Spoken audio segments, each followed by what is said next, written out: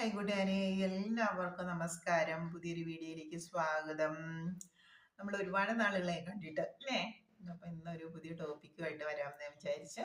അപ്പൊ നമ്മളെല്ലാവരും വ്രതങ്ങൾ അല്ലെങ്കിൽ ഉപവാസങ്ങളൊക്കെ അനുഷ്ഠിച്ചിട്ടുണ്ട് അല്ലേ? നമ്മുടെ ജീവിതത്തിൽ നമ്മുടെ ആചാരാനുഷ്ഠാനം അനുസരിച്ചിട്ട് നമ്മൾ ഒരു ദിവസം വ്രതം എടുക്കുന്നവരുണ്ട്, അല്ലെങ്കിൽ 30 ദിവസം എടുക്കുന്നവരുണ്ട്, ഒരു മാസം എടുക്കുന്നവരുണ്ട്. അങ്ങനെ പല വിധത്തിലുള്ള വ്രതങ്ങൾ നമ്മൾ നോക്കുന്നുണ്ട് അല്ലേ?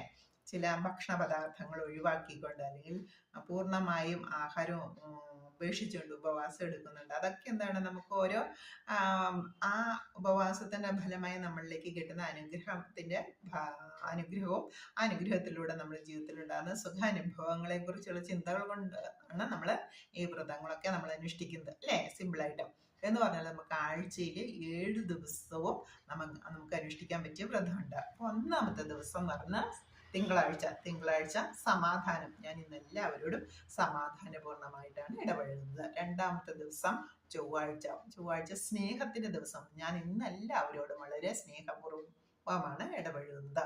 മൂന്നാമത്തെ ദിവസം സഹനത്തിന്റെ ദിവസമാണ്. ഞാൻ ഇന്ന് എല്ലാവരോടും സഹിക്കാനും ക്ഷമിക്കാനും ത്യജിക്കാനും ഒക്കെയുള്ള കഴിവ് എനിക്ക് നേടും. ഞാൻ എല്ലാവരോടും ക്ഷമിക്കുന്നത് എനിക്ക് എൻ്റെ ഭാഗത്തുനിന്ന് യാതൊരു വിധ വിട്ടുവീഴ്ചയ്ക്കും ഞാൻ തയ്യാറാണ്. ക്ഷമയുടെ ദിവസമാണ് വ്യാഴാഴ്ച അറിവിന്റെ ദിവസമാണ്. ഞാൻ വിവേകപൂർണമായിട്ടുള്ള തീരുമാനങ്ങളായിരിക്കും ജീവിതത്തിൽ എടുക്കുക. എൻ്റെ മുന്നിൽ ഇന്ന് വരുന്ന ഏതൊരു സാഹചര്യത്തിലും ഞാൻ വളരെ ആലോചിച്ച് വിവേകപൂർണമായിട്ടുള്ള തീരുമാനം എടുക്കും.